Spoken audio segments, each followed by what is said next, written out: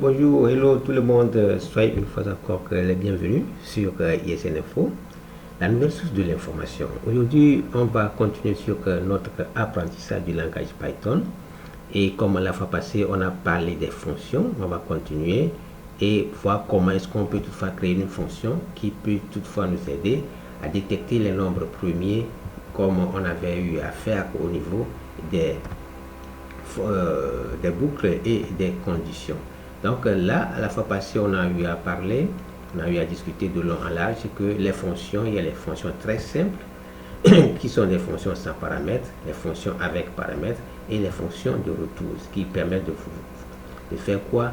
De retourner une valeur, la valeur que nous voulons retourner, c'est-à-dire les calculs, une valeur de retour, tout ce que vous voulez. Donc c'est ce que ça voudrait dire. Là maintenant, on va pouvoir ensemble revoir une possibilité pour pouvoir corriger l'exercice qu'on a eu à faire quand on était en train d'étudier les boucles et les conditions. Là maintenant, avec une fonction de retour et avec la combinaison de la boucle for ou bien la boucle while, et on peut toutefois créer une fonction très spécifique pour pouvoir contrecarrer, vérifier tous les paramètres qui sont valables pour pouvoir vérifier qu'un nombre est premier et si possible un nombre est pair aussi. Mais cette fois-ci, on va juste travailler sur la solution de trouver un nombre pair, c'est-à-dire un nombre plutôt premier, un nombre premier. C'est ce que sur ça on va travailler. Donc là, je vais juste relancer notre script et réexécuter notre script pour voir ce qui en est et on sera tranquille. Puis voilà, le script vient d'être lancé, etc. Totolo et le résultat de 6 de différence entre x et y, ça me donnait le 7 comme auparavant. Donc là on n'a pas de problème. On peut toutefois c'est-à-dire on va enlever tout ça là et maintenant créer une autre fonction qu'on va appeler est premier par exemple. Donc si un nombre est premier, parce qu'on va pouvoir demander à l'utilisateur d'entrer un nombre, par exemple un nombre entier positif qui est n, donc on le demande. Et maintenant dans notre fonction il faut qu'on mette des garde-fous. D'abord, pour que le nombre soit premier, il faut que le nombre là soit d'abord différent de 0, c'est-à-dire supérieur à 1 ou bien supérieur ou égal à 1. Là, parce que le nombre premier ne peut pas être 1 aussi. Donc, à partir de inférieur, tout nombre qui va être inférieur ou égal à 1 n'est pas un nombre premier. Donc, c'est la première des conditions à mettre. Donc, on va mettre ici if n reste inférieur, je vais mettre inférieur ou égal à 1. Ça, c'est la première condition inéquitable qu'on va pouvoir vérifier d'abord que notre nombre là n'est pas égal à 0, n'est pas égal à 1. Donc là, on exclut le 0 et le 1. Là, maintenant, on va juste dire retourne-moi, comme on a déjà vu les fonctions de retour, retourne-moi false, ce qui veut dire que false, retourne false. Là, la condition n'est pas remplie, il va juste retourner false. Donc on revient à la ligne, on prend une autre condition, if les nombres qui sont aussi premiers, par exemple entre 2 et 3. En principe, 2 n'est pas en tant que tel premier, mais on le classe toujours dans les nombres premiers. Parce que la division là, pourquoi on le classe dans les nombres premiers? Parce que la division de 2 par 1 donne toujours par lui-même et par 1. Donc c'est ce qui est logique pour les nombres premiers. Donc n'est que divisé par 1 et par lui-même. Donc c'est pourquoi on le classe maintenant dans cette liste là. Donc on va encore faire condition n doit être inférieur ou égal à 3. Donc si ces conditions là, les 2 et 3, donc on va retourner encore une autre condition qui va être par exemple true, parce que en ce cas là, dans ce cas, on retrouve les nombres premiers du premier ordre. Donc là, on revient encore maintenant, faire quoi? Si on prend un nombre au hasard, il faut qu'on vérifie d'abord si le nombre là est premier, c'est-à-dire divisible d'abord par lui-même et par 1, parce que c'est les deux conditions qui vont être remplies. Donc là maintenant, on va pouvoir faire quoi?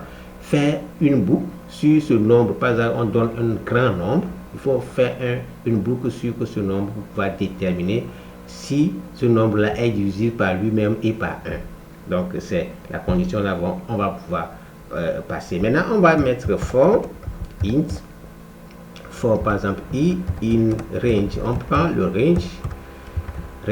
Pourquoi? Parce que on va prendre l'intervalle à partir du 2, parce que 2 est déjà premier à partir du 2, donc faire un pas, on a déjà vu ça là, et on va pouvoir lui dire maintenant, divise-moi les nombres là jusqu'à ce que combien de fois tu peux trouver.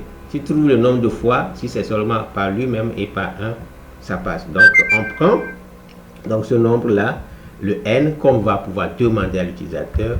On parle de ça à la racine carrée de ce nombre là divisé par 0.5.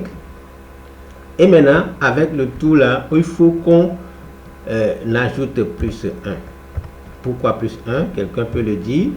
Parce que si avec la boucle for range là jusqu'au nombre n ne sera plus parti parce que ça fait moins 1. Si on s'arrête sur n juste, ce qui veut dire que la division, c'est-à-dire la racine carrée de ça là, mais la division des nombres jusqu'à ce nombre, ça ne va pas prendre le nombre dont l'utilisateur a entré. Donc ça veut dire que c'est une intervalle qui va être ouverte, qui va plutôt fermer à partir de 2 et ouverte sur le nombre en question. Donc il faut qu'on ajoute 1 pour qu'on puisse aller au-delà du nombre proposé par l'utilisateur. Donc là c'est ça. Là maintenant on pose une autre condition. On vérifie d'abord si la racine carrée ou bien les divisions sont égales à 0. Si c'est déjà égal à 0, ce qui veut dire que ce n'est pas un nombre premier. Donc on pose if, ça on a déjà vu ça, c'est le modulo, if n modulo, c'est-à-dire la division euclidienne de n là par rapport à i, c'est-à-dire division est égale, oh putain, est égal à 0. Là, on retourne jusque, ce n'est pas un nombre premier, on retourne false. Là, on retourne false, ce qui veut dire que ce n'est pas un nombre premier. Si ce n'est pas le cas, là, on retourne directement dans notre application, notre for, beaucoup for, là, que si c'est pas le cas, donc retourne-moi que c'est un nombre premier. Ça, on n'aura pas à discuter. Donc, on retourne juste. C'est l'avantage de retourne ça. Retourne juste true. Donc, s'il vérifie ces conditions et que cette condition-là n'est pas remplie, il retourne juste à ce nombre-là, c'est un nombre premier, juste qu'il va dire. Donc, il va juste retourner true. Ce sont les conditions-là est remplies. Donc, les conditions sont remplies. Donc, c'est ça. Maintenant, on va pouvoir tester rapido hélico notre application là. Bon, par exemple, on va demander à l'utilisateur, bon, je vais mettre ici print, par exemple, je mets print est premier et je passe un nombre pour pouvoir tester. Par exemple, je place 12 par exemple, pour pouvoir tester si 12 est vraiment premier. Donc je vais tester et là on obtient un bobo float error float cannot interpret. Ok, là on va revenir, il y a une petite erreur, voilà, ok, c'est ici. Là, ce qui veut dire que ici n, on va pouvoir le définir que ça c'est un entier positif, parce que vous voyez que depuis le début on a passé par les conditions qui doivent être positives. L'entier là doit être positif, strictement positif, inférieur ou égal à 1. Donc là maintenant il faut qu'on convertisse ce qu'on est en train de diviser là. S'il y a des flottes, il ne prend pas les flottes. Vous comprenez, non? Les divisions avec les virgules, ce sont les flottes et les décimaux. Donc on ne va pas prendre ça. Donc on va pouvoir juste convertir la parenthèse là en int.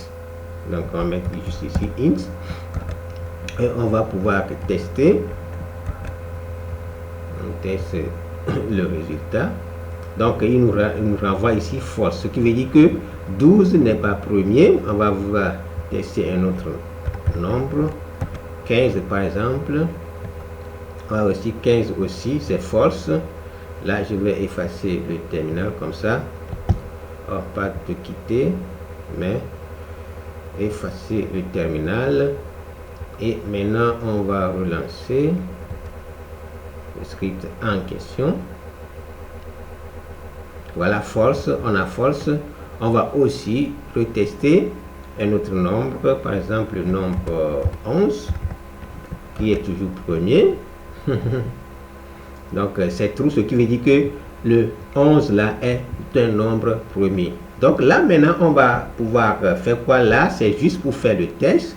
On va pouvoir demander à l'utilisateur, au lieu de qu'on fasse ça, on va juste demander à l'utilisateur d'entrer un nombre. Donc je vais mettre ici nombre est égal int, vous savez ça déjà, input, et je vais lui demander entrer un nombre entier positif. D'accord. Oh, putain.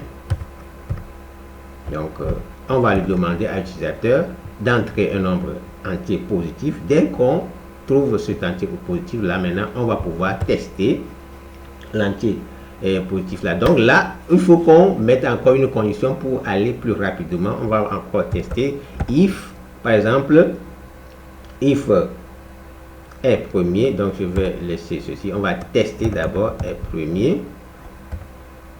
Si ce nombre entré est premier est égal à quoi? Le nombre entré. Donc nombre, si c'est ce nombre, donc imprime-moi, oh putain,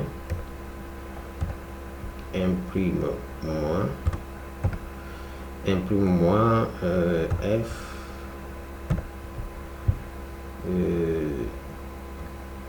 je vais mettre le nombre, donc le nombre qui a été entré. Donc je mets encore nombre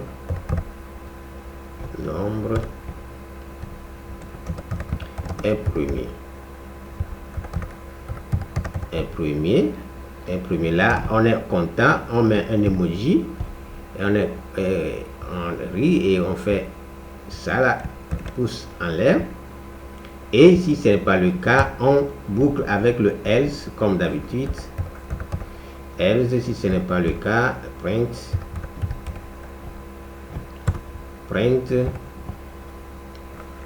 f, encore le nombre n'est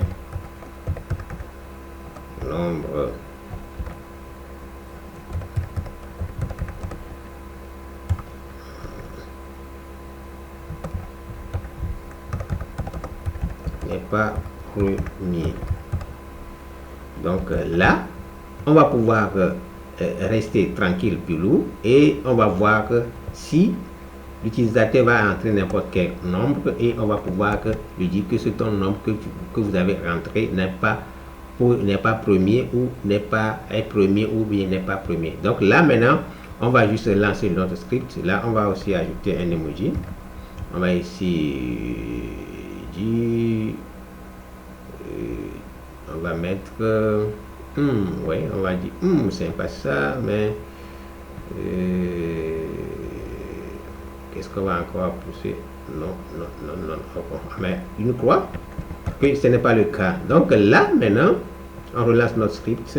Nous avons dit ici, nous avons déjà proposé un nombre qui a été déjà ici. On va pouvoir quel est ce nombre? Donc là ici on va effacer le script comme ça pour mieux voir ce qui va être fermé. On va juste oh putain, donc on relance le script, on efface et on relance. Et voilà, entrer un nombre positif. Donc ici par exemple je vais mettre 16 et vous allez voir que 16 n'est pas un nombre premier. Donc là on est plus content et on est plus sûr que notre programme, bien notre fonction, la fonction est premier qu'on a eu à appeler depuis ici. Ça là est en train de marcher. Donc on met n'importe quel nombre, il va pouvoir nous dire que ce nombre n'est pas premier ou bien est premier. Donc par exemple on met, il y a encore quoi, un petit relâchement. Donc je effacer le terminal. Enfin, ce sont les crashs de mémoire qui posent ça. Entrer un nombre positif, je vais mettre ici par exemple 4, 5 et 6 et je fais entrer, n'est pas un nombre positif. Donc là maintenant on est en train de vérifier que de toutes les façons ce que vous rentrez comme nombre n'est pas premier. Donc c'est une méthode qui va nous permettre d'être à l'aide ou bien d'être ok que voilà, cette méthode marche bien et vous avez ça, vous pouvez l'appeler, l'utiliser dans votre application, dans vos programmes comme vous voulez. Là maintenant on va encore évoluer. Supposons que nous avons demandé à l'utilisateur d'entrer un nombre.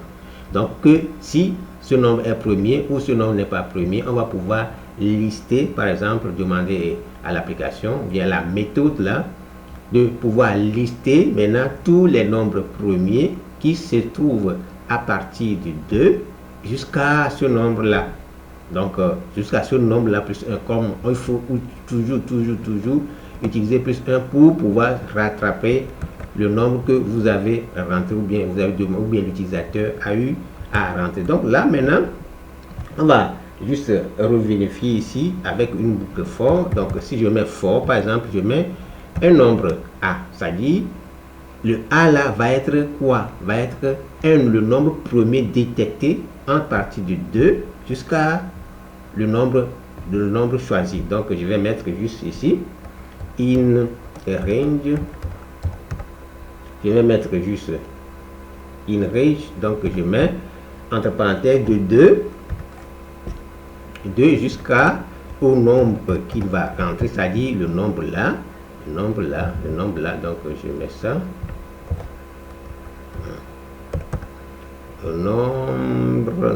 nombre fatigue par moment au nombre là, donc nombre là maintenant plus 1, toujours utiliser plus 1 pour que l'intervalle ne s'arrête pas sur le nombre en question. Donc plus 1 et je mets 2 points. Donc je vais pouvoir faire quoi? Print. Donc il faut aussi que je vérifie si c'est premier. Donc si qu'est-ce qui va être premier? Si le A là qui est premier, donc il va pouvoir nous lister ça. Donc juste penser encore if if est premier et je passe en paramètre le A que je viens de décider là, si est premier, donc imprime-moi print le voilà le A. Donc il faut qu'il m'imprime le A et séparé par on a déjà vu la méthode end égale alors à ça et je mets un espace par deux. Mettez-moi de l'espace entre les éléments et énumère là tous les éléments, c'est-à-dire les nombres qui seront trouvés, les A qui seront déterminés, c'est-à-dire les A là représentent par exemple le nombre premier qui serait entre l'intervalle 2 fermé jusqu'à l'intervalle aussi le nombre plus 1 ouvert. Ça c'est une suite, comment suite numérique. Suite numérique première C. Ok, là ou bien terminal de première D, je sais plus trop hein, dans quelle classe on a commencé par voir les suites numériques là. Maintenant on va énumérer. Non, si c'est le cas, je vais juste revenir à la ligne pour imprimer. Print juste. Donc c'est tout ce que on va pouvoir voir. Maintenant, Si on va demander à l'utilisateur une seule fois, il va pouvoir entrer les nombres jusqu'à ce que là, maintenant, on va mettre ici, par exemple, print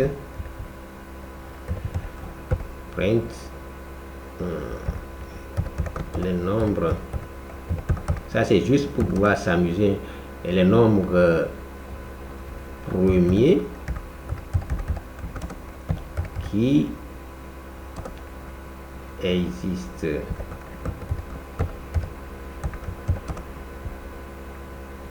entre 2 et maintenant je vais encore mettre ici, je vais mettre ici F pour formater directement et être le nombre sont fatigue sont 2 points. Là maintenant on va pouvoir le dire, les nombres qui sont à partir de nombres qu'il a précisé, que l'utilisateur a ajouté. Donc il va pouvoir les énumérer un à un et pouvoir les afficher par la boucle for qui va pouvoir parcourir les nombres premiers qui vont exister entre l'intervalle là jusqu'à dernier. Parce que quelle est la condition sine qua non, c'est ça est premier. Va vérifier si A là est premier entre l'intervalle fermé de 2 et intervalle ouvert au nombre précisé plus 1. Donc là, rapido et déco. On relance notre script pour aller plus rapidement. Ici, il vient de nous demander un nombre, entrer un nombre positif. Je mets ici 45 par exemple. J'ai dit 45 et je fais entrer et vous voyez que il a dit que 45 le nombre donc il y a un petit bobo ici.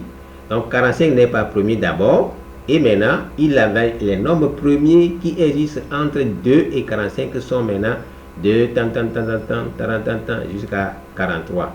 Donc 43 est divisible par lui-même et par 1. Donc c'est très vérifié. Ça va vous permettre de faire quoi?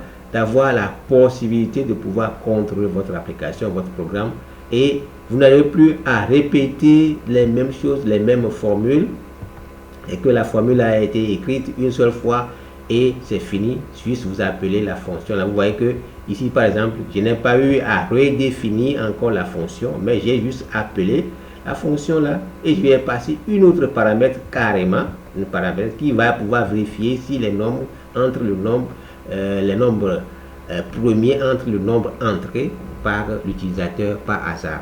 Donc c'est juste ce que moi je veux pouvoir partager avec vous, parce que par rapport aux fonctions et par rapport plutôt aux fonctions et les conditions qu'on a eu à voir et les boucles, il y a aussi les boucles. On peut toutefois mettre seulement une boucle ici et faire tout ça là, mais ça ne vous arrange pas, parce que quand vous aurez à pouvoir utiliser toutes ces méthodes là, bien toutes ces fonctions à couper avec les conditions, plutôt utiliser les conditions groupées avec les boucles là, vous n'aurez pas un bon résultat très concis. Vous êtes obligé de répéter, de vous répéter, de vous répéter. Donc pour pouvoir faire concis, c'est pourquoi il y a la notion de fonction qui va vous permettre de pouvoir réduire votre code et faire tout dans un seul bloc, et vous allez toujours appeler simplement, et c'est tout. Donc là c'est tout ce que j'aimerais partager avec vous. Vous pouvez toutefois avec ce code modifier, améliorer, prendre ces conditions et pouvoir les utiliser dans une autre application comme vous voulez. Donc d'ici peu, portez-vous bien, je vous aime beaucoup. N'oubliez pas de liker les vidéos, de partager et de faire quoi? De cliquer sur les cloches de notification, la cloche de notification, bien les cloches de notification, pour être averti à tout moment que monsieur Raymond a posté une vidéo, il va aller regarder. Donc aimez la programmation, parce que aujourd'hui la programmation, bien comprendre un langage donné, un langage de programmation, ça vous aide aussi beaucoup dans d'autres domaines de la vie, comme dans d'autres domaines comme des activités que vous faites dans vos boulots, etc., etc. Quand vous comprenez un peu la programmation, vous êtes obligé, vous êtes à l'aise avec les fichiers Excel, vous êtes à l'aise avec les fichiers Word, etc. Vous voyez, si vous comprenez un peu la programmation, vous pouvez programmer vos fichiers Word, vos fichiers Excel, PowerPoint, etc., etc. Donc là, d'ici peu, portez-vous bien. Ciao, ciao.